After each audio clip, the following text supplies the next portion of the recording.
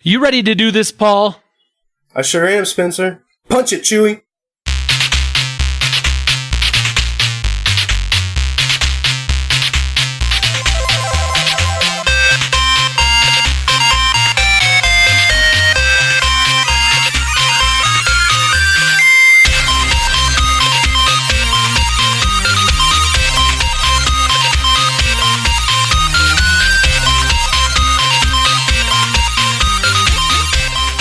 Welcome, super friends, to the Fortress of Nerditude podcast, a safe place to talk about all things in nerd and pop culture. I'm Spencer Stapleton, and my co-pilot tonight is Paul Callicoat.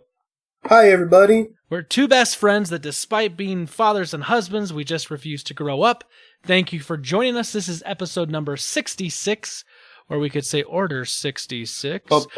We release every Thursday morning on iTunes, Google Music, Spotify, YouTube, Stitcher, and everywhere podcasts are available. If you like what you're hearing, hit that subscribe button and get us automatically each and every week in your ear hole.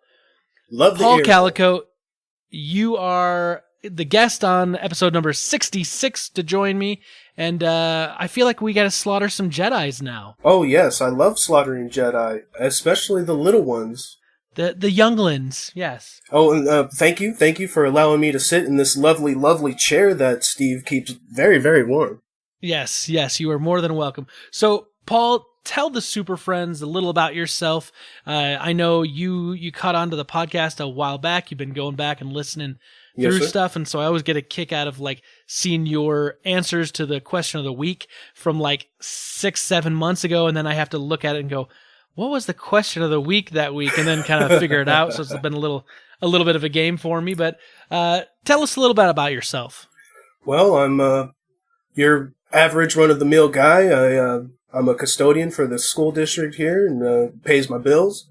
And it also supports a very heavy plastic habit. I collect Transformers and Ninja Turtles and anything that I think is worth collecting, like the Metal Defenders Voltron. I just recently finished collecting that. Nice. Yeah, I can see all the turtles behind you. Oh, yes. I got a whole wall full of them. Yep. I came into podcasting about 2 years ago and fell into your guys' lap about a year or so ago, and I've just been playing catch-up. Hey, man, nothing wrong with that. Hashtag King Slow. Right. So you're joining us this week.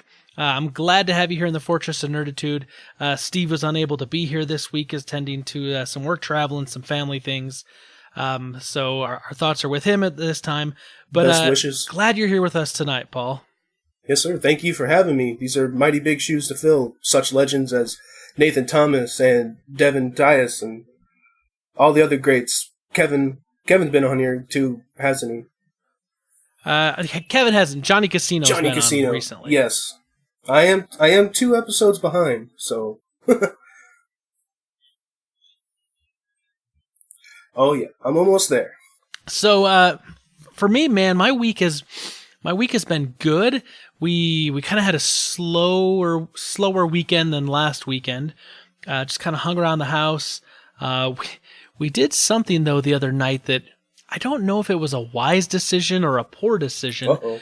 But the boys saw. So we have like an Apple TV. It's like the only Apple device we have in the house. Okay.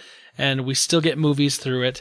And we bought Thor Ragnarok. It came out on digital. Nice. They keep seeing it. And Charlie's 5. And he says, Daddy, who's that? And I said, that's Thor. That's Hulk Smash's friend. Because he understands Hulk Smash is the Incredible Hulk. Yeah. And so I said, that's Thor. And he says, oh, I want to watch Thor. And so we're like, well, I don't know. Yeah, we let the boys, like right before bedtime, watch like the first 45 minutes of Thor Ragnarok Sunday night.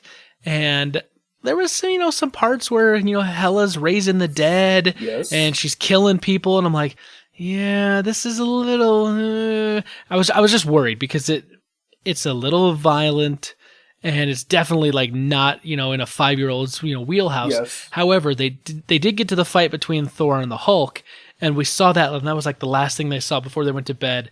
And that was really cool. Like, that was a good payoff. They were they both sat up and were paying real close attention. Oh, nice. Like, they were on the edge of their seats. dude, they were gripped. They're like, what is going on? Hulk smash and Thor are fighting. They're friends. Like, it's okay. I'm like, it's okay, buddy. And it's like, I thought they were friends, Daddy. I'm like, sometimes friends fight, son. He's like, oh, I don't do that. And I was like, well, not like that. Not yet, not at least. Yet, at least, yeah. Give it time, son. Otherwise, man, like things have been going good. We finished off watching the Toys That Made Us on Netflix, which is an amazing thing. We can talk about that later. I love it. I have a guilty confession. Something that I haven't told anyone yet. So you're going to be the first one to hear this, and then everyone will hear it on Thursday. All right. My wife got me into this show called The Great British Baking Show that's on Netflix. And they've got like 4 seasons, and I'm like halfway through the 4th season right now. I've been just like plowing through it. And like I watch these things like late at night, like right before I go to bed, and I'm watching them make all these cakes and pies and biscuits and gingerbread houses. Yeah, I was about to ask, is this it's a cooking show, right? Yes, it's all baking. It's in Britain, and they're all like British bakers. But man, they make some amazing stuff that just looks so good. Oh man, I bet. Which is kind of, it's kind of counterproductive, right? So I've been losing weight, and I've been exercising, and I've been dropping the lbs. Yes. And then I'm staying up late watching these baking shows, and like I'm not going to eat any of that stuff, and I'm not eating sweets, and I'm not eating like breads. I'm really, really low on them. Okay. So it's almost like I'm torturing myself with this, but I'm enjoying it at the same time.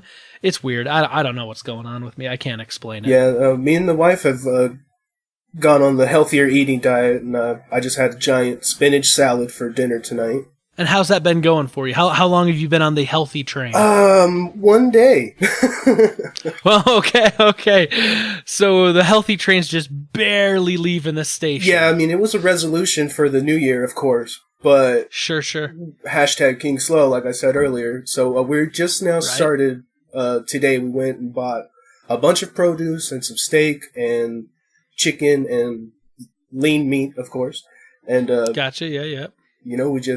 We decided to eat salad tonight. So no meat tonight, just spinach, onion, mushroom, tomatoes, and a little bit of creamy Italian light dressing.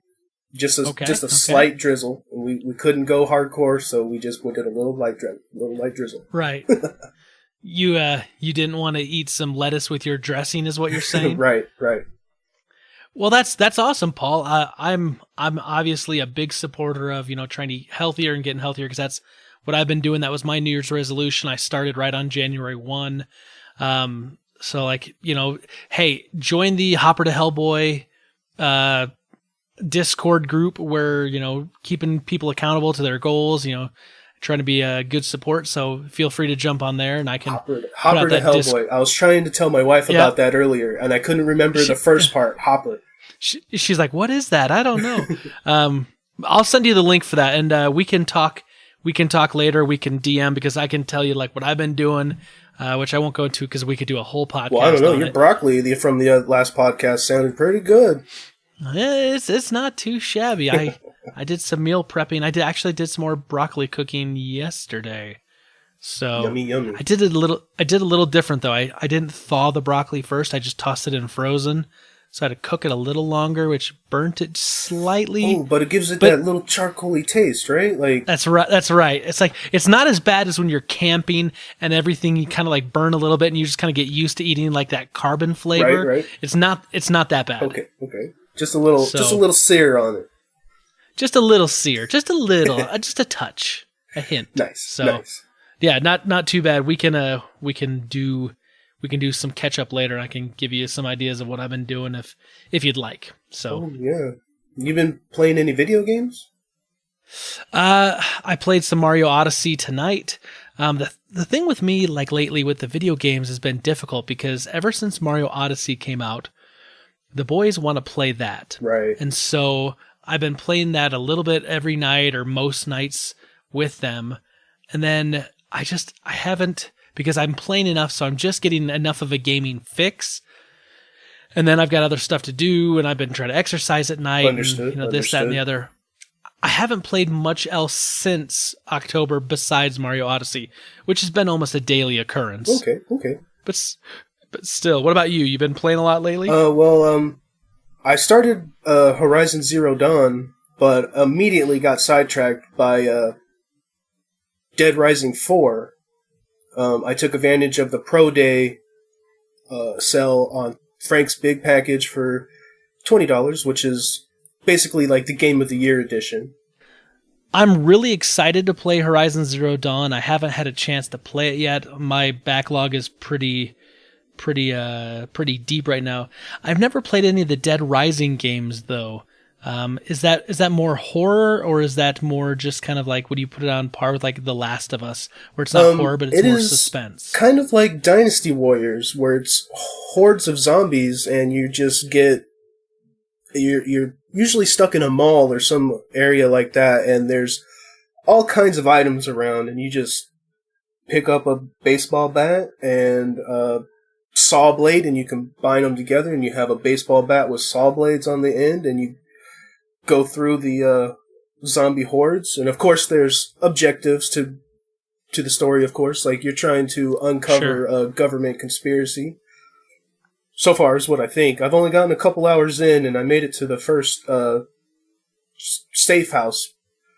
So I'm just, got my toes wet, and I'm checking it out. So I did pick up The Witcher 3 with all the DLC when Gabe Patillo was in town and visiting. So I do want to get to that. However, I also did take my Vita to work today with the idea of charging it up again because it's dead and doing some updates and maybe jumping back into like Final Fantasy VIII and playing that a little bit on my lunch breaks for the next foreseeable future. Yeah, like I don't know. I just felt like the Vita needs a little bit of love. I play the Switch a lot, but I didn't get into the Vita as much. I had a PSP for a little while, but Nintendo beat it out. With the 3DS. Yeah, I had a PSP as well. I played a baseball game on it quite a bunch, and that was really like the one game I played a ton on it. Anyway, I digress. But yeah, so I've got to find more time. I got to find more time to do lots of things, to be perfectly honest. I want to play Dungeons and Dragons again. Oh, like tabletop?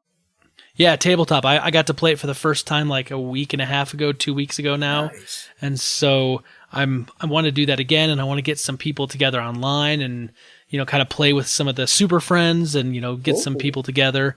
So I got a lot of things I want to do.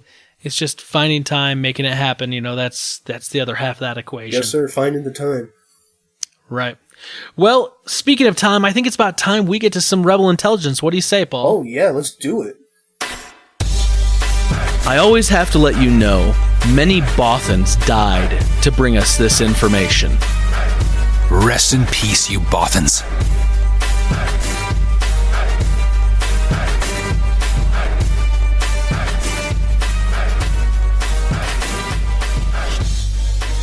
Okay, Paul, we are into Rebel Intelligence.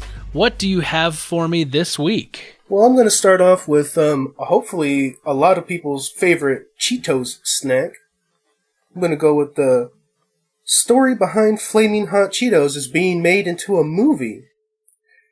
Now, I'm not sure if it's going to be like an action movie or anything like Lord of the Rings, but it'll probably be a little documentary about a young man in the mid-70s, Robert Montanez, I probably butchered his name, but somehow a production error happened and a bunch of Cheetos didn't get cheese dust. So I guess they gave them to him and he got to take them home. Well, okay. What do you do with Cheetos that don't have any Cheeto on it? Use them as packing peanuts, maybe? Oh, Very good idea. But no, he, Mexican-born, decided to make it in an old-fashioned corn, like they do corn on the side of the street. It's called elotes? Yeah. I've had that. It's real good. Yes, it is so good. I usually make them cut it off into the cup for me because I'm a big sissy and I don't like eating it off the cob. You don't like getting your hands messy? Is that what it is? I don't mind getting my hands messy, but I had a very horrifying experience with corn on the cob when I was younger. I lost a tooth. Okay. And ever since then, I just prefer not to eat the cob. Okay. Like, it was horrifying. Fair enough, Spencer, I took a big bite out of the corn, and when I pulled away, the tooth came out, and blood came gushing, and there was a tooth in my cob, and I never ate corn on the cob again. So let me ask you this. How old were you when you had this traumatic corn on the cob experience? Like 5 or 6. So was it about the time when you were supposed to be getting a loose tooth and we're going to lose a tooth? Maybe. Or was this more like, you just had such a passion for this that you bit into this like with reckless abandon and you forgot to like open your mouth and you just like jammed that thing right into your chiclets and you busted one. I'm just trying to... That's the way I did it. I did the old wind-up bite. I wound up my head real big and I just took a big old chunk and I lost a tooth. Okay. Well, I'd encourage you now as an adult who probably has teeth that aren't planning on dropping out of your mouth anytime to give it a try again, and I don't think you're going to have a repeat performance. But if you do have a repeat performance, I can't be held liable for anything that I just said. Check that. All rights are reserved. The lawyers have made a statement, blah, blah, blah, blah, blah. Fortress of Nerditude is not responsible for my teeth. Right, exactly. The Fortress of Nerditude has no liability insurance, therefore we cannot be held liable. Okay. So, apparently he took a bunch of them. He got a bunch of them, right? So he took some back to work with him, and apparently it became a favorite thing around the factory. And pretty soon, this gentleman had a meeting with like one of the head guys, and flaming hot Cheetos were born. Wow. So I'm guessing then this is going to be like a kind of like a rags to riches, like biopic piece about the guy who created the Flaming Hot Cheetos. Yeah, I'm thinking so. I think that'd be kind of an interesting movie. I mean, it's probably not going to be, like you said, it's not going to be a Lord of the Rings, but that's interesting. Like a if secret it history comes to theaters, I'd use Movie Pass for that. Oh, heck yeah. Heck yeah. All right, well, what I've got for you here to start off, let me ask you this. Are you a big fan of, like, trying to, like, find, like, old video games or video games that, like, always were rumored but, like, never came into existence? I'm not really into the retro stuff. I'm more of the... Well, I guess it would not... Do you think 90s are considered retro? Yes, absolutely. But I'm still on by the today's search. Standards. I'm still on a search for a Super NES Classic Mini Edition console. And keep your eyes out. I saw there was somewhere they were being sold online just a little bit ago. Oh man, because that's where I would go. And if I would go any older, it would probably be Atari, like original pinball, Breakout. Well, Atari is doing that retro console. Ooh. that they've announced. I'm not going to go for that far back, but anyway. Yeah, so let me give you a little piece of history. Spin that wheel, Spencer. So Donkey Kong, right? We all know Donkey Kong. Yeah. The original. You got Kong. You got Jumpman. You got Pauline. Yes, sir. However, back in like the early '80s, Nintendo was licensing like its properties off like crazy, and Donkey Kong had actually been licensed to Hudson Soft, which is a video game manufacturer back in the day. And they made a computer game. It wasn't for like the NES, but it was for a computer game with Donkey Kong, and it was called, and I'm going to have to get this right, Donkey Kong 3 Dagyaksu Shuu, which basically translates to Donkey Kong 3 The Great Counterattack. And it was made in Japan. And it was made on these discs, like these, magnetic media discs, but like they never like officially released it. And so anyway, a group of fans pooled together some money, which like came out to be like $415, and they bought these discs that the game was on, and they had to like basically like extrapolate the game out and like pull the pieces apart and extract data and then reassemble it. So it could be played on an X1 emulator. Taking a puzzle and putting a puzzle together. Right. And so now you can play this Donkey Kong thing, but it's really weird because like you play as this guy named Stanley, the Bugman, and you're jumping on all these platforms and you're trying to shoot bugs at Donkey Kong's butt. And Donkey Kong doesn't necessarily do a lot, but he kind of like hangs out there, and eventually he tries to like float down on some balloons or something. What? It looks like a weird kind of Japanese game. I like retro stuff. I would love to get like a retro arcade cabinet with like Donkey Kong or Galaga or Pac-Man or something to put in the house. Oh, but like a stand-up or a tabletop, like at the bar? Like a stand-up. Okay. I'd like to do a stand-up. But you know what, though? I'm not that retro where I want to go and extrapolate data to find some long-lost Donkey Kong game that was never released. Okay. That's a little too far for me. I don't know. What about you? I'm gonna have to go a hard pass on that. Like I said, the oldest I would want to go right now would probably be the Super Nintendo. I did like the Nintendo when I was a kid, but most of those games, you know what? I have a 3DS, so I guess I don't really need a Super Nintendo. The game library for Nintendo on 3DS is very robust. I got Super Ghouls and Ghosts and Mario Land and Mario 3. Yeah, so you got a lot of the classics. So yeah, I mean, I'm pretty set. Nice. Well, what else you got for me here in Rebel Intelligence? Alright, well, let's see what's going on here. Let's go with, Mr. Joss Whedon. Oh, yes. He was not rumored. He was on the Batgirl movie, but now he is not.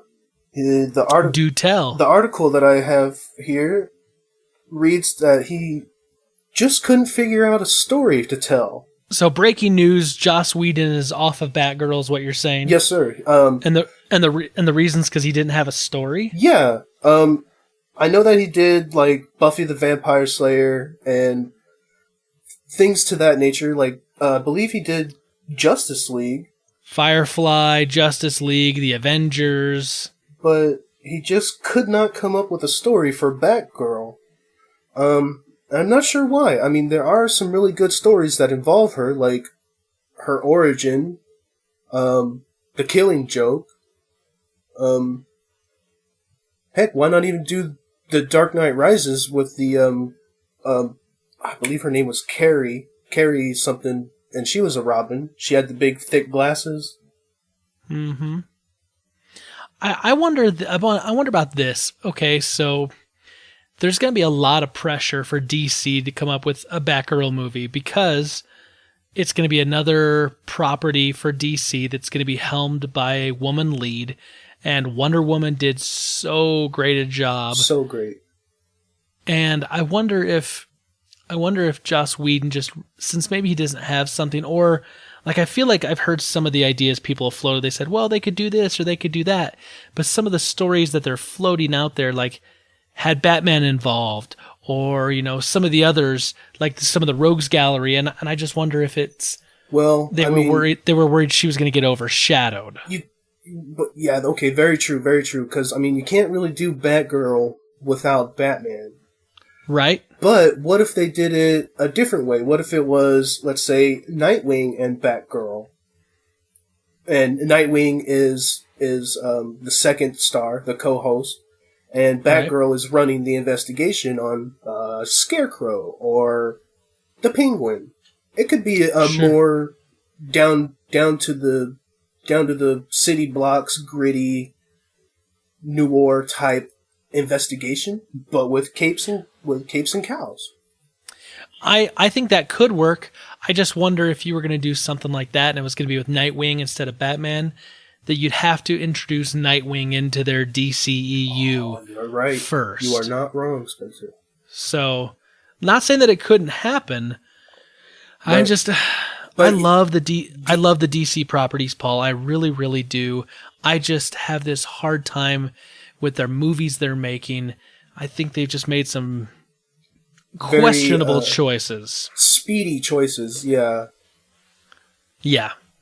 I mean, I like Justice League. It impressed me more than I thought it was going to.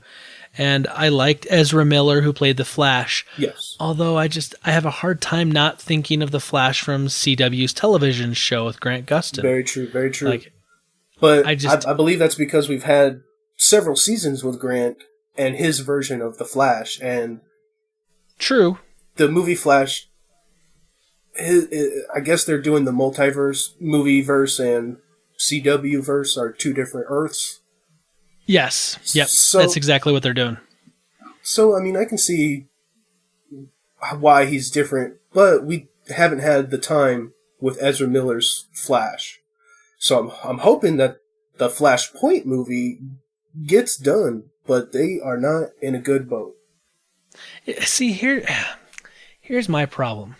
And I know we're kind of starting to go down this little, rabbit hole here, but I feel like Marvel and the MCU did it right.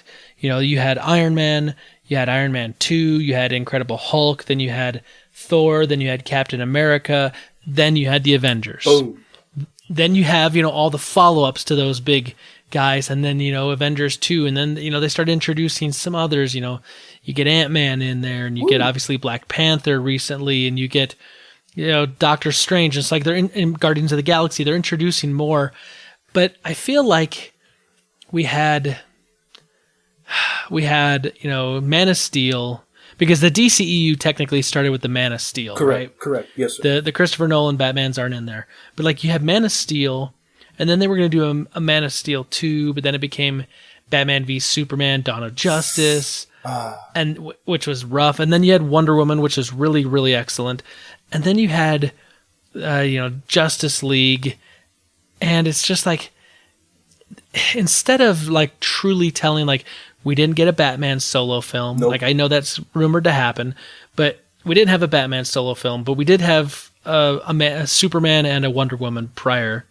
But then it's just, like, now we're into team ups, so no Batman. And then in Justice League, no backstory on Aquaman or Cyborg or the Flash. And I feel like if they would have done those movies and built that up and then made the pinnacle Justice League the way Marvel did it, yes, it would have been better. Instead, it's like, hey, let's quickly get to the team up movie, and then we'll go back in and we'll fill in like the origin stories for some of these other characters. Right. And it's like, people aren't going to be unless you're a big fan of DC, you're not going to be invested in the version of the Flash or Aquaman on film in the Justice League because you've never seen it, and the introduction they do, it's okay, but it's just not enough. Like, there's not enough to get you really vested in that character. Right. It's like a YouTube clip on Lex's hard files or whatever. Like, right, exactly. That's not enough to get me connected to that character. And if you're a DC guy, or gal, you're going to jump on it. Of course. However, if you're not, which is, these are the type of people that DC should be going after, is to introduce new fans so that they can, sell comics and get people to buy more tickets, to the movie theater and all that. You gotta build it up organically. You can't just like, let's get to the good stuff and then we'll go back in and we'll fill in the gaps. I think that's a mistake. That's just my hot take on it, but that's where I stand. And I mean, we've also had the 10 years of Marvel doing it right, and right, the WB DC just trying to jump all the way in, and they're trying to play catch up. That's all. The people are accustomed to having it their handheld, and we created the big movie, but then DC comes in and they're just like, here's the big movie, you're gonna like it, and right. We're like, well, who are these people? We don't feel connected. Give us more of a reason to like it. Yep, I'm with you. Okay, let's jump back into to Rebel Intelligence because we could talk about that forever. So here's something. I told you I've been playing Mario Odyssey, right? Yes, sir. There's a new version. Luigi's now in the game. He's got this little balloon world. It's like this little mini game where the idea is you meet up with Luigi in one of these different worlds in Odyssey. Okay. And he's in every world. And then he's like, hey, do you want to play a game? And you say yes. And it's basically hide and seek, except you take a balloon. Oh. So in hide it, you take a balloon from a starting point and you try to go as far and as tricky or, as sneaky to hide a balloon. And then you place it. So right? you're playing hide and seek and you want to hide 3 blocks away so that way your friend can't find you. Well, it's not so much find you, but it's find this balloon that you're like planting. Oh, okay. So it's kind of like hide it, capture the flag, sort of. So basically, you try to get as far or as tricky to get to somewhere as quick as you can, place the balloon, and then it says, well, like it took this person, 30 seconds to get there and place the balloon. Ooh. And so then there's the find it version, and in the find it version, you see a list of balloons that people have placed, and you choose one, and you have to pay a little bit of coin. But usually, like if you can find the balloon and find it quick enough, you get more coin than you paid for it. Ooh, interesting. And you can get a bonus coins if you find it faster than the time limit. Here's the problem though. Some players on the internet have already found a way to break the system. They can use some different outfits and some glitches to get into areas that aren't accessible if you don't know these glitches. Aww. And then they place the balloons in there. So you'll spend, and I came across this already a few times where I spent, like 60 coins to try to go find this because it was like a 400 coin reward if I could get the balloon. Okay. And I get right over to the area and I've got like still 20 seconds to go. And the little arrow that's kind of gives you a little hint is basically pointing down into the ground. Oh. And I'm about 6 meters above it. And there's no way of getting down there. And I tried a few times to see if there's like any sneaky way or like some underwater passage. And no, they'd glitched it. Oh, and so it's under the people map. aren't doing this. It's under the map. You can't get to it unless you know this glitch to get there. That is unfair. It's so ridiculous. Some of them are just hard to get to. Like you've got to be like really like sneaky to figure out like how to get up there, how to get to something, or how to get around this corner pretty quick, which is good. But some of them are like you basically it's just a race. You got to just get there perfect and get up there as fast as you can perfectly, and then get to the balloon and pop it in time. Otherwise, you got to do it again. Oh. My boys have been loving watching this because it's something new to do in the game. Right. And it is a lot of fun. It just stinks that people are already griefing other players using a glitch so that you can't accomplish the purpose of the game. Yeah, that is completely unfair. Like, if they can't find your balloon, do you get a major coinage back? Yes, if people try to find your balloon and they can't get to it, you get a bunch of coin. Okay, so hide it under the map, nobody gets it, you get lots and lots of coins. Yeah, as long as people keep trying to get to it, yeah. Oh, man. Cheating the system. Yep, cheating the system. And the other funny thing about it, too, is that there's so many people that are playing this. I've put a couple balloons and hidden them, and no one's got to my balloons. And they're totally findable. They're not hard to get to. Right. But you got to be quick. But the list of, like, people, like, could be, like, really, really long. So, like, I've had some balloons planted for a couple days now, and no one's found them yet. Oh, wow, okay. And there's like, hey, 3 people tried it. I'm like, that means only 3 people saw it in the list because there's so many to choose from. Oh, wow, that's kind of cool, though. You can see how many have tried to find your balloon. Yep, when you log in, it tells you, and then it gives you coins for, however many people have tried. So it's kind of cool. That is cool. If you haven't played it yet and you've got Mario Odyssey and you're listening to the podcast, go make sure you're on the latest update and give the Balloon World with Luigi a try. It is a lot of fun. Yahoo! Yahoo! Okay, so my next? Yep, what do you got, Paul? I'm gonna go with my dreams of owning the Matrix phone finally came true. Really? Yes. And it's the classic, it's the Matrix phone when Neo is at work, he gets the FedEx package, he opens the package up and the phone slides out. And in that phone has like a spring-loaded cover on it and it slides open. Right. And it was so cool, everybody. I remember... I wanted that phone. Yeah? I wanted that phone, and then when the second Matrix movie came out, they had it like a phone like that, except it was, I think it was maybe a Samsung phone, and it did kind of have that curve to it, but it just the bottom came straight down. I thought that was so cool. I wanted that. It looked so awesome. So are they remaking this phone? Yes, sir. This phone is coming out here in a few months, I believe, but only in Europe. So, people in Europe, listeners in Europe, if you have the 79 euros, I believe, you can live out your dreams of being Neo in the Matrix. Okay, so I'm pulling this article up now and I'm looking at it. Here's the funny thing, though. It only comes in one color. Oh, what? Banana yellow. Get out of here. Yeah, it looks like a big freaking banana. Oh my god, the banana phone. So would you ever go back really low tech and get away from a smartphone and go essentially back to a flip phone? Oh man. Only if it was Star Trek original series communicator style. Heck yes, I would if it was that, but not for any other flip phone. But that's boop, it. Boop, boop. I have to have my smartphone now. Like, it's a part of my body. Yeah, I'm with you. Smartphones all the way. But if we could ever come up with the technology to, make the little, communicator badges you can just push and it could call people, I am on board for that. Yes, sir. Like without questioning. It's like, how much money? You can have all my money. Just take all my money.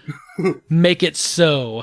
But the thing is I'm not really sure why this cell phone is the big grab out of the Matrix. When I first saw the Matrix, the thing that I really wanted out of that movie was Morpheus's sunglasses. Ooh, yeah, without the little arms. Just the little nose pinchers. Yeah. Yeah. Just there's no of the arms that go over your ears. Yes, I thought those things were the coolest. I always thought that was cool, but I really like the idea of like being able to like jack in to the Matrix and like people could just like download knowledge into your brain. Oh my god, I didn't even think about that. I know kung fu. Like just the ability of like you know what? I want to learn how to fly a plane. Beep beep beep. Done. I know how, and now I can just go get in a plane like I've been doing it my whole life. I always thought that was such a really cool like sci-fi kind of technology that was shown in that movie. I loved it. Well, you definitely got me beat, Spence. I wanted I wanted the sunglasses. Yeah, I wanted to look like Doc Ock, basically, though. Being all those cables and stuff jacked into my back. Anyway, I would take that. I wouldn't go back to a flip phone, though, and I definitely not would go with the banana yellow phone that I'm looking at right now. Super Friends, go look at this thing. It's by Nokia. It looks interesting, to say the least. Looks interesting. Let me ask you a question, Paul. Are you a big comic book reader? I am. I mostly buy the trade paperbacks, though. I'm not a single issue type guy. I've started reading comics again, but I'm getting them on digital. I'm getting them through on my tablet, and I'm getting them through the Comixology app that's kind of through Amazon, because I can get both DC and Marvel and a bunch of other stuff in one app. Oh, yes. But here's the thing. There's a big change coming into the comic book world, which is interesting because if you buy comics, you have to go to like a comic shop, right, to go get your comics. Yes, sir. And inevitably, if you've been doing this over and over and over again, you'll talk to the owner and you'll say, hey, here's my pull list. And a pull list is something you say like, I'm looking for these titles or this series. And when you get this series in, put one aside for me. It's kind of like a layaway sort of, right? Yeah, like a pre-order. Like a pre-order, right. But the comic book world's different than a lot of like, a lot of retail stuff that you can't really pre-order stuff. You basically would go in and talk to the comic book store owner or the kid working behind the counter, and they would either maybe put it into a spreadsheet or they would write down on a piece of paper with your name and number, and like they'd have to do this. Well, now there's a new service that's coming out from Diamond Comics distributors that they're calling Pullbox, that basically will let you go and pre-order their comics through them, and then go to the local shop and actually pick it up. Oh, so it's straight from the dealer to your local shop. Straight from the dealer to your local shop, and so it's going to be kind of like a workaround. You're not going to have to do the old pull list type of thing with your local shop. You can just go online and you can, put all the stuff you want into your pull box, and then it'll just say like, once it ships to your store, you should get an email that says like, hey, this is, at your store now, and you just go down to your store and you can pick it up. So I really think that this is kind of a cool thing for those that are still reading comics, that are physically going and buying comics or getting the trades and, getting the big books, the anthology books, whatever. Yeah, because I listened to another podcast, and they have their pull list, but one of the gentlemen's comic shop doesn't get enough pre-orders for a certain book, so they're not getting like the alternate covers, like cover A and at B, they only get cover C. And maybe with this new straight from the dealer to your local shop, you are guaranteed to possibly get those covers. Yep, you should be able to, because you're going to get it direct from the distributor. Nice. And the covers are, I mean, people love the story, but a lot of people buy the single issues for the cover. Right, exactly. So this is kind of a cool thing that's happening. I think it's a change that's good for that industry. It's probably something that should have happened a while ago, to be perfectly honest. But like comics like that, things like this, like being innovative and like changing the way things are done, so it's easier for consumers to get what they actually want, I think is a good thing, and it's also going to help increase sales. Yeah, I believe you're right. So there you go. You can get onto Diamond Distributors and you can get your pull box going. And that'll probably help the brick and mortar. I would imagine so, for sure. All right, Paul, what else do you have for me? Okay, well, I'm going to go big because this is my last story. Black Panther, second weekend ever at the box office. Wow. So this bad boy has pulled, holding strong in first place with an estimated $108 million. $108 million on its second weekend. That is amazing. The Force Awakens, which only made $149.2 million. Only. Oh, God. So, I mean, if Black Panther keeps going the way it's going, it might make it past that. Yeah, we'll have to see it. I know it's doing blockbuster business. Having grossed $4 million in North America alone. That's crazy. $400 million in 2 weekends. Golly. Do you think it's going to see a big drop off? Do you think like it's going to be like the big thing, and then it's just kind of like drop out of the theaters quick? Or do you think it's going to have a sustained run? I think it might have a sustained run. I mean, when we went and got our tickets for Black Panther, there was a couple behind us that are actually in front of us, my bad, that bought tickets for The Last Jedi, and I kind of was like, whoa, they're still selling Last Jedi tickets, even though Black Panther was there, like. Right. So, I don't know, and then like, what, Infinity War, or is it Han, or the Solo movie that's next? Infinity War is the next, the next big movie, in my opinion, or at least what I hope will be a big movie, is Ready Player One, which comes out in March. But then as far as like the kind of the Marvel stuff and then Disney stuff, you got Avengers Infinity War coming out May 4th. Then you get Deadpool in the middle of May, and then like on Memorial Day weekend, or like the May 25th, is Solo: A Star Wars Story. So I don't know. Maybe I think it'll run strong for at least 3 more months. 3 more months. Wow. That would be crazy if it ran strong and was still doing really well 3 months from now. I think it's probably going to have another good week, another good weekend coming up, and then I wouldn't be surprised if the numbers start to drop. It may still be number one at the box office going into its 4th week, but the numbers are going to start to trickle off, and I think once Ready Player One comes out, I think Ready Player One will be the top of the box office its opening weekend. Only because it's the new shiny. Right. Absolutely, because it'll be new and shiny. Okay. You got it. But I mean, come on. I think this movie's gonna. I think this movie, if it's already at 400 million, I think it's not fair to say, or not off to say, I think it's gonna crack 500 million domestic. Ooh. I think it will. I think you are not wrong, because the way that it's tracking here, I'm looking at this article, it's making money still. Right. But I mean, you got to think it had about a 50% fall off from week 1 to week 2. So if it were to have another 50% fall off, going into its 3rd week and make 50 million, which still could put it at the top of the box office, that would put it to about 450 million domestic. And then if it did that again, another 25. So like it could crack 500 million. So much money. Oh, right. Whew. I wish I owned stock in Disney or in Marvel right now. Yes, sir. That would be nice.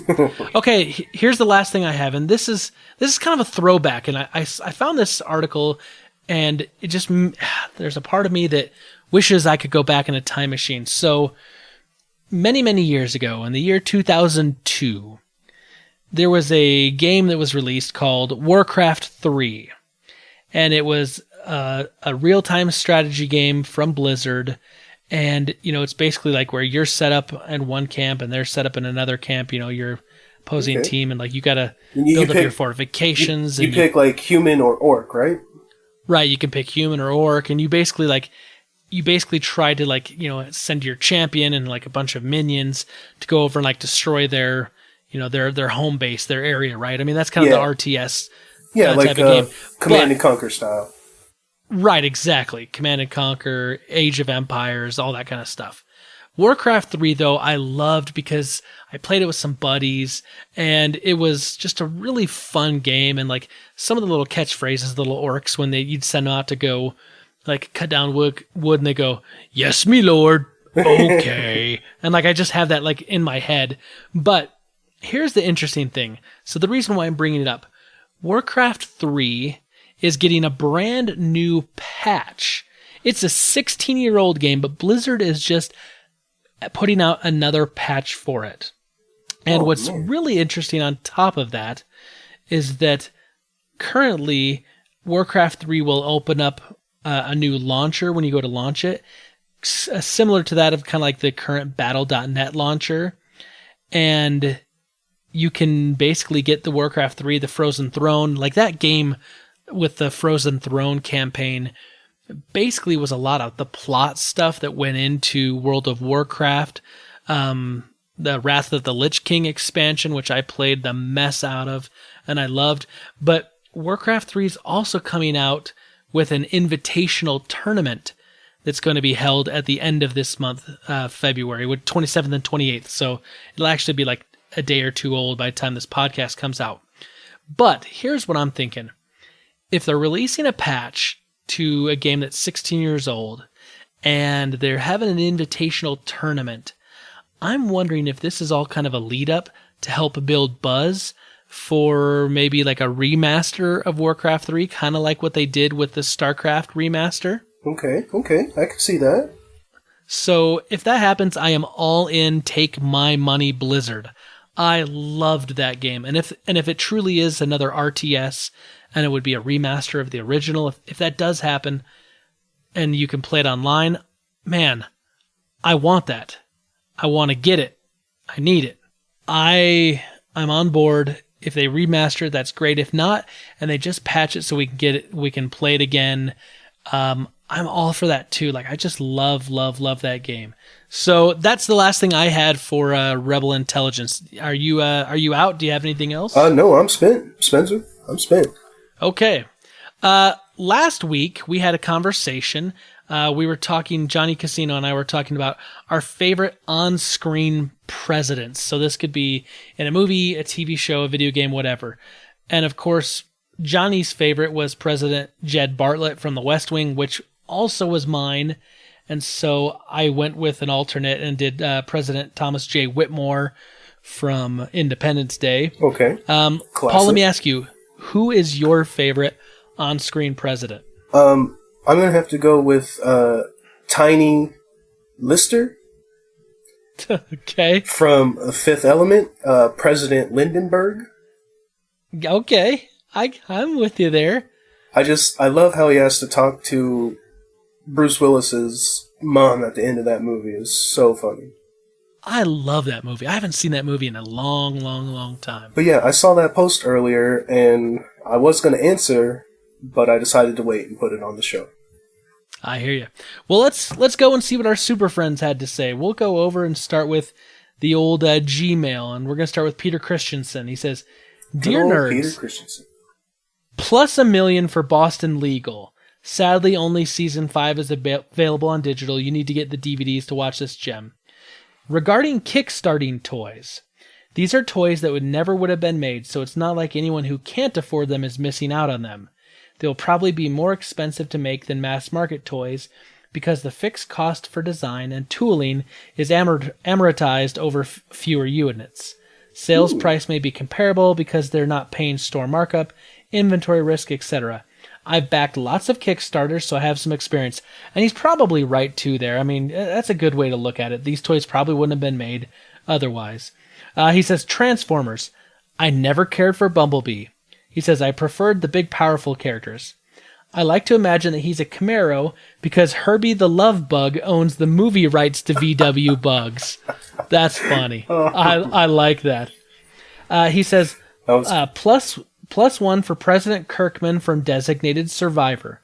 My favorite movie president is President Morgan Freeman from the movie Deep Impact. Oh. He's such a great, inspiring Morgan Freeman-sounding president, and he keeps going on TV to reveal worse and worse news throughout the movie. Happy retirement age, Peter." Thank you, Peter. That's a great, great response. Let's go over to Facebook. Matthew Haven says, "Bartlett for the win." And then he says, "I'm going to clip one of my favorite scenes and send it to you." And he did. It's one of the first scenes that President Bartlett has in the TV show The West Wing, and I love it, love it, love it. Let's go over to the Twitters. Trash Turkey at Trash Turkey says, "President Palmer from 24. I love David Palmer. I almost was going to go with him. My brother agrees with Trash Turkey, and he says, "Are you in good hands?" Because of course he does those Allstate commercials. Yeah, he does. Yeah, he's got it down, man. He's got that good voice. It's not Morgan Freeman-esque, but it's good. that cool, soothing voice. Yes. Yeah. Animation fan at dspin67 says, "Harrison Ford, get off my plane." Yes. Harrison Ford's not a bad president. I like that. Heck yeah, I'd take him. Eric Plunk at Eric Plunk says, "President Comancho from Idiocracy." I like that. That's a good one. You know, it's what's his face? Oh gosh. Yeah, I can't think of his name right now. It was just on the tip of my tongue. Right? Terry Crews. Terry Crews. Oh, yes. I think Terry Crews is so funny. I love him in 399. Dude, I love him in everything. But my wife, she got that movie Blended a few years back ago with Adam Sandler and Drew Barrymore, and he's in it, and he's over the top ridiculous. You got to check it out just for him. All right, I'll put that on the list of things to watch. Yeah, super funny. Nathan Thomas at Voiced by Nathan says, "Harrison Ford in Air Force One, hashtag get off my plane." And then, of course, Dan Allen at MTTG Player 1 agrees with me with President Thomas J. Whitmore from Independence Day. It's the best president speech of all time. Right? We will not go quietly into the night. I love that. Yes. Backlog Buster Surge at backlog_blues once again says, what about President James Marshall, which is Harrison Ford? He says, also Abraham Lincoln from Abraham Lincoln Vampire Hunter. Okay. And I like that because if anyone would have responded with an actual president, I probably would have disqualified it and not read it because, we're looking for on-screen presidents, not necessarily real presidents. But Abraham Lincoln Vampire Hunter, I'll allow that because it's obviously fictional. A loophole. It is a loophole. And then Max Marsh at Sir to the Max 5 says, y'all already know it's the guy from Monsters vs. Aliens. It's the president that's got that real girly shriek. Anyway. That's a good one too. Thank you so much, Super Friends, for responding to our question of the week. We appreciate your interaction and your willingness to share with us, your answers to our questions. Once again, every week you can interact with us on the old email, which is forwardofnerd@gmail.com, or Facebook, which is facebook.com/forwardofnerd, or Twitter, which is @forwardofnerd. And you can even leave us a voicemail message at 801-477-7687. Now, Paul, how can our super friends help us out this week? What can they do? Well, they can get on the old iTunes and give us a 5-star rating. Also, tell a friend. That always helps. And expand the rooms in the Fortress of Nerditude. And it'll be easier to find than a Proton Pack that works. Right. I like it. Yeah. It's one of those things where if every super friend brought a friend into the Fortress of Nerditude, we could have more super friends. Yes, sir. That would be amazing. Renovations. It would be like in Lego Batman when everybody's having that party. That's right. Oh, poor Batman wasn't invited. Oh, he doesn't need friends. Batman doesn't need friends. So here's something, Paul. We were talking before the show, and you were really interested in kind of the toy fair that had just happened, and you and I were talking about the Netflix series that Toys That Made Us, and I was talking about how I've just been kind of, I just watched over this like last week or so the last little bit of that, and so like I've been kind of in this like mood, like I've been looking at some of the toys that I've collected in the past, like thinking about like what are some of the big toys that like I could see myself collecting now. A few years ago, I started collecting Amiibos. Oh, Amiibos, yes. And I've got probably like 20, 25 Amiibos now. Dang. Yeah, I actually haven't bought some since before Christmas, I think. All right, Spence. Well, let me hit you with a little something. Do you remember the real Ghostbusters? You mean the Ghostbusters that was going to be called the Ghostbusters, but someone else had bought the rights to the Ghostbusters name, and so they had to rebrand it the real Ghostbusters? Yeah. That one? Yes, sir. The very cartoon that I speak of. I do remember that. It was one of my favorite Saturday morning cartoons. Oh, man. So, Diamond Select is reissuing the real Ghostbuster figures, and they look amazing.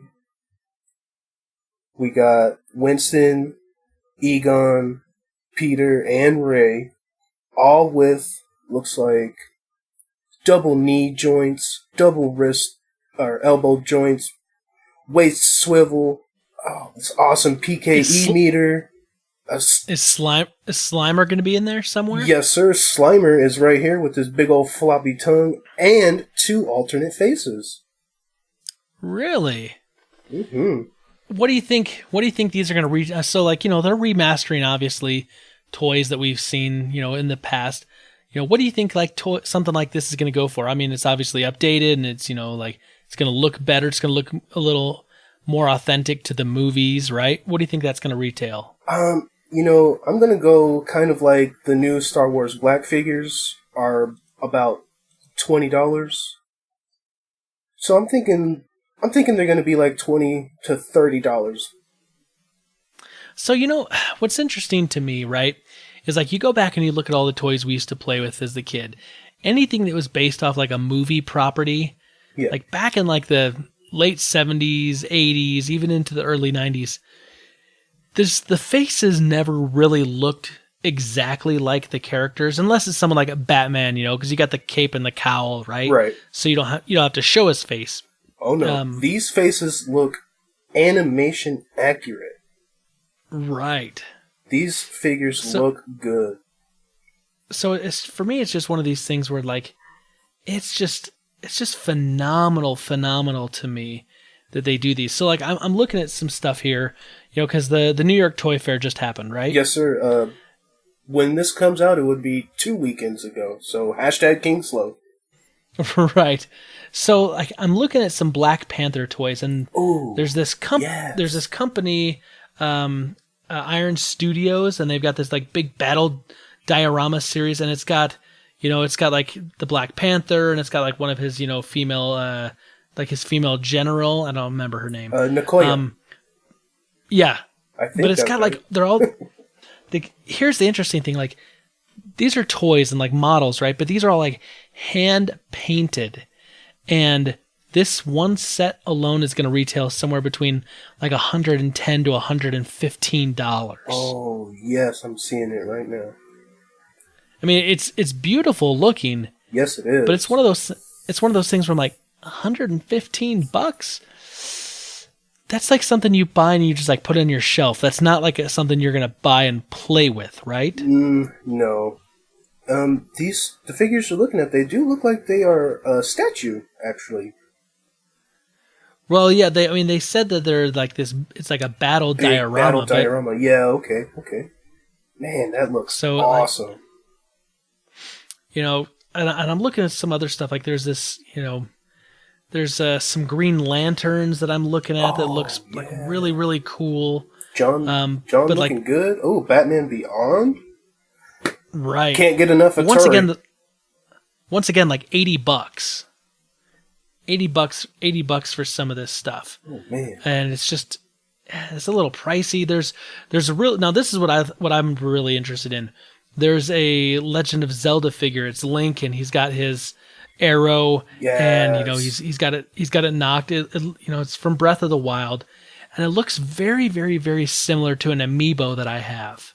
The Archer amiibo, yeah, it looks just like the Archer amiibo, right? Yes, sir. But it's $90, and I'm like, $90 freaking bucks. Well, I mean, look at the detail in his hair, in the bow, on the tablet. Oh, I get it.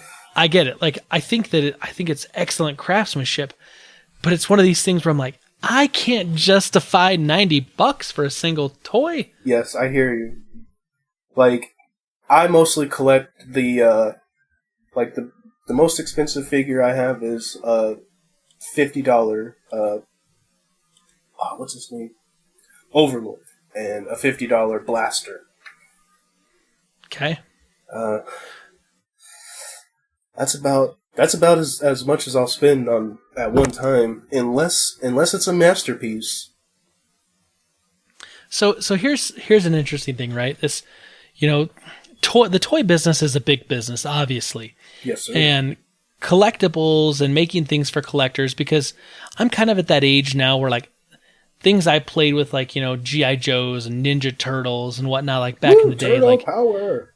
They're now like, remaking this stuff and trying to update this stuff. And they're maybe not necessarily going after the kids anymore. They're going after we were kids when it originally came out, right? Because they're trying to hit the deeper pockets and they're hitting make that it more nostalgia, lifelike. The nostalgia factor, sir. Yes. Yes. So I'm kind of at this point though in my life where I'm like, I don't know how much I want to spend on that. I started trying to buy the Star Wars, the Kenner original remakes, the original 12 Star Wars figures. Yeah. No, not the 12-inch figures, but they're the what are they? They're the normal size, like they're like the 4-inch figures. Okay. But they're kind of like the remasters, right? Right. Okay, yes, I know what you're going.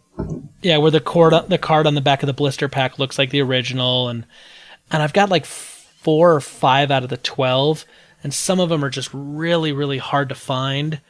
And it's like, I know that if I want to finish this off and get all of them, like I'm going to have to start shelling out more money. Yes. Or asking, you know, for birthday gifts or Christmas gifts from friends and family. Oh, most definitely.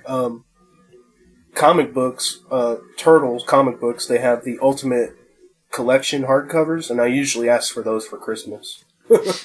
Yeah. I don't always get them, but that's like... Right. So I was kind of looking, though, at this list of a lot of the things that came out, you know, 2 weeks ago now. And here's something that I think that I probably would want to get because my kids could use it, but I don't know if I'd want to let my kids use it. So you remember that, you remember like those old like animatronic, like, you know, like My Buddy or like the Teddy Ruxpins, like, yeah. Right? So they have something that kind of looks like a Teddy Ruxpin or kind of the idea of a Teddy Ruxpin, except it is Chewbacca, and they're calling it Star Wars Ultimate Co-Pilot Chewie. Oh, snap. It's from Hasbro. It's part of their Fur Real Friends line, which is a horrible pun. Yeah, it is. It's 16 inches, and Chewbacca has more than 100 motions and sounds, including his normal, you know, Chewie roar. He can do a number of tricks. He can do stuff. You know, I look at this thing and I'm looking at it and it looks fantastic. And it's something that I'm like, well, do you think you could replace Steve with that guy? Maybe, I don't know. I wouldn't do it. Steve's too important. No, I wouldn't. But it's one of these things I look at. I'm like, I would want to get this, and I would want to talk to it and play with it. But I know my boys would as well. Oh yeah. And I'm like, how long would he last? And is that worth $130? Yeah, because I mean, he doesn't look like. I mean, he looks like he might be pretty heavy, also. So you don't want your boys like running around with him, you know, like carrying him by the arm. No, not at all. Are you into the Funko Pop stuff at all? A little bit. I got some turtles, and of course, I got turtles, and a little. I've got some Batman's. I've got some. I got an Incredible Hulk from way back in the day, and a Superman, and a Spider-Man. But I think my Superman and my Hulk, my boys ripped the heads off of, unfortunately. Sad. So I need to go replace those eventually. I should ask for those as stocking stuffers or something. They're not expensive. Get the extra big stocking and just. Whoop, whoop. Right, but I do have a really good Spider-Man one from Spider-Man Homecoming that I really like. Well, here's the thing, like, they're making these Funko Pops, and if you're not aware of them, what Funko Pops are, they're little bobbleheads, and their heads are kind of, instead of like big circular, they're kind of square-ish, kind of like a rounded square shape. Okay. And they're making them for everything. Like, you can find Funko Pops for almost anything now. Yes, sir. And so they just announced at the Toy Fair they're making characters from the Princess Bride movie. Get out. They're making them from the original Jurassic Park. And then they're doing one as Deadpool as Bob Ross from the trailer. And then they're doing one of the famous Mr. Rogers, Fred Rogers. Oh, that is nice. I just pulled the article up, and he's got the little trolley. He does have the little Mr. Trolley there. It's one of these things where, like, I like the Funko Pop stuff. I kind of think they're kind of fun. I've got a few of them. Yeah, you gotta be eventually, like, gotta be kind of select on which ones you get, right? Because you could fill an entire room with these guys easily, and they're usually on like 5, 6, you know, anywhere from like $5 to maybe like $15. Yeah, maybe like on the high end. But I don't know, like. That's something I think is like maybe an easy way to get into collecting toys if you're not a toy collector would be Funko Pops. Yeah. Because of the relatively low cost to get involved. Because, I mean, I like turtles, and so I got the original 4 turtles, but then later on they put out one that's Michelangelo that I already have, but he's in the party wagon. That one was like $30 or $40, but I had to pass though. Right. What about augmented reality? Are you into like the augmented reality type of games and stuff like that? I played the Pokemon Go for a little bit, and I checked out the AR cards for my 3DS. Okay. Well, have you seen the Marvel Hero Vision AR game that was released? You basically place your smartphone in a special Iron Man helmet. Oh, nice. And then you can see the world around you through kind of, augmented reality, kind of like you're looking through like the Tony Stark's Iron Man helmet. Like the heads-up display, that sounds sweet. Now, it is kind of interesting because you can look at a picture and you can see, like, it looks like the Tony Stark helmet, like the Iron Man helmet, but you can see they didn't even put, like, this is what I kind of think is funny. Because of they're trying to, leave room for camera placement. Yeah. The guy's got like the iPhone like right up against the thing, so like you can see the back of the iPhone through the eye holes. Okay. So it kind of looks a little silly. Well, it looks like an Iron Man Mark 1 or 2, so give them some time. They gotta maybe do a couple upgrades. Right. The AR games. I mean, obviously at Pokemon Go, I played for a while, and then I know that they're coming out with like a Harry Potter AR game. Yes. That's going to come out, and that kind of sounds kind of fun too. I don't know though that I'd walk around with an Iron Man helmet on my head and my Android Samsung plastered to my face. Yeah, I did watch that video the other weekend, and the gentleman that's testing it does look a little silly. I mean, a little silly, sure. Sure. But speaking of that augmented reality, yeah, I'm going to go ahead and stick with the Ghostbusters theme. There's going to be a Ghostbusters augmented reality video game, kind of like the Pokemon Go. Really? Yeah, so I'm assuming you'll walk around your neighborhood and randomly encounter a ghost or something, kind of like in Pokemon Go. There's not a really whole lot of details about it, but they just announced it, so it's coming. It's out there, being made. That could be interesting.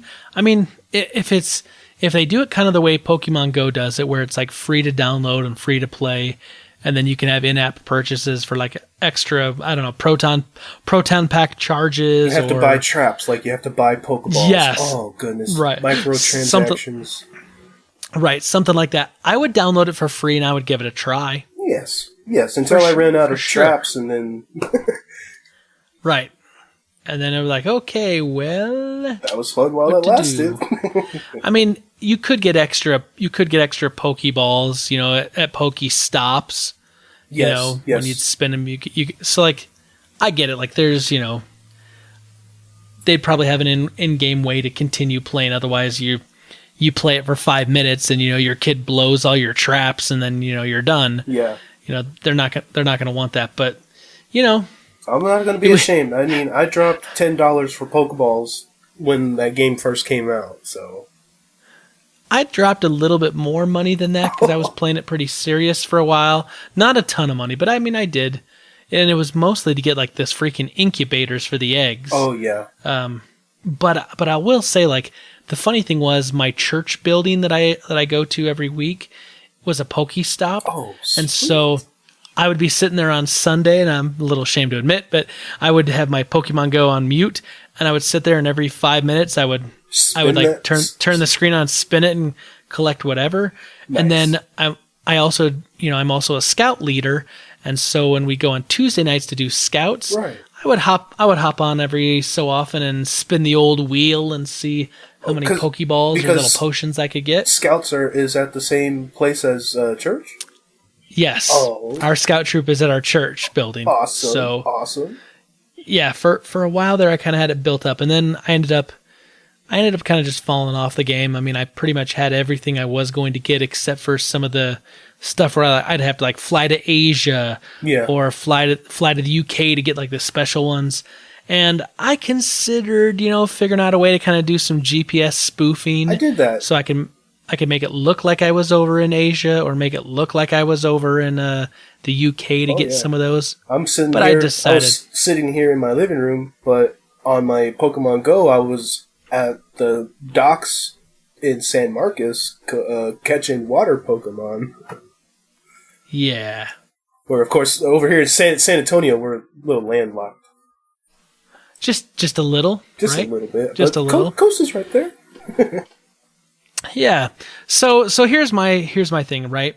You got the big New York Toy Fair. It's kind of the big deal, right? This is where the industry goes to show off all their, biggest collectibles, the new toy lines, so they can Hasbro, give retailers a chance. Mattel, Right. Playmates. Yeah. They all show up, right? Because they want to show off what they've got, what they're going to be selling to the general public in the coming weeks. Oh, did you guys talk about the way that the turtles looked? And from the new series? No, we didn't. Okay, so they dropped images for the new animated series, Teenage Mutant Ninja Turtles Rising? Or Rise of the Teenage Mutant Ninja Turtles? And everybody kind of blew up about how they look really bad. But, as time goes, people grow into it, and, they don't look too bad. I mean, they're not my original 1991 movie turtles. Those are my turtles. But I'm not gonna be real negative towards the new ones because they have to reiterate every so often. But as long as they're not as bad as the Michael Bay movie turtles, I'm okay. The Shrek turtles, yeah. Yeah. So yeah, they announced and they showed some of the toys. Now the toys are not looking that bad. They look really good. Like some of the figures I have here on the wall, in the elbow and the shoulder, you can see the pin. But in the new figures, I couldn't see where the pin was, so somehow it's all put together on the inside. So they look more interesting. They look more smooth and more it doesn't have the pin there. And I mean, I don't know if it's really that big of a deal or anything, but I thought it was pretty cool. And Master Splinter's artwork, I was kind of negative on that. But now that I've seen the toy, I think he looks kind of cute. You're kind of down with it now. Yeah, so, I was going to watch the cartoon anyway, because I'm 33 years old and I never left being a kid and I still watch Pokemon and Turtles and stuff, but... Right. So, I mean, I was still going to check it out, but I didn't know if I was going to actually buy any of them. So let me ask you this, right? And I want to make this the question of the week for our super friends. Let's do it. If there's a toy, because we've talked before, we asked the question a little while ago, what toy defined your childhood? But this is more because they're starting to remake stuff all over the place. What toy from your childhood would you be interested in them remaking? What toy would you actually go out and buy if they were to remake it from your childhood? What do you think, Paul? I'm gonna have to go with one of the answers from my tweet about that Exo Squad. It was a cartoon, and the humans made another bioengineered race of people and kind of enslaved them. But, of course, like any enslavement, they rose up and fought against the humans. So it's a big political battle, blah, blah, blah. But they made toys. It was kind of like G.I. Joe size figures. And they would get inside of a mech, like a battle suit. And yeah. There was T.J. Marsh and Bronsky, Wolf Bronsky, and Alex Martinez was the communications officer. So he had a couple of Gatling guns in his mech, but he had the communication stuff on the top. It was a pretty cool cartoon. There's only one season on DVD, and that's all that came to DVD. But I believe there's 2.5, maybe 3 seasons of the show total. But I really, really loved those toys. The little guy with his pistol and being able to get in and out of the mech really was a really good play pattern. And I really, really loved it. I had almost all of them. So I think for me, I was thinking about this. I think for me, I would love, and maybe it's been done already, but I'd like to see something new. I would love to see some really good, high quality Thundercat toys. Oh my God, you're pulling my heartstrings. I loved the Thundercats so much as a kid, and I would love to see Thundercats like updated and make it like look like, you know, like a newer version of the original. Not try to change the art style, but just a newer, you know, more sophisticated, updated version, and make some good quality toys. I would kill to have a good Lion-O and Sword of Omens on my shelf. I would kill for that. If Netflix can reboot Voltron so well, and now there's Voltron toys on the shelf, they could do. Right? They could reboot Thundercats and make Thundercat toys. I hope so. So that's my question for the Super Friends. What is a toy from your childhood that you would love to see rebooted and refreshed and kind of given a facelift and brought into the 21st century? And you can answer us all the usual places. Email fortofnerd@gmail.com, Facebook, which is facebook.com/fortofnerd, Twitter @fortofnerd, or the voicemail, which is 801-477-7687. Let us know and we will read those answers next week. Paul, thank you so much for taking some time and joining me in the Fortress of Nerditude. Tell all the Super Friends how they can find you out on the internet. Where are you located? Well, Twitter is probably the best place. It's Callicoat84. Hit me up on there. I'm also on Instagram. I believe it's also Callicoat84, but it's usually just pictures of toys.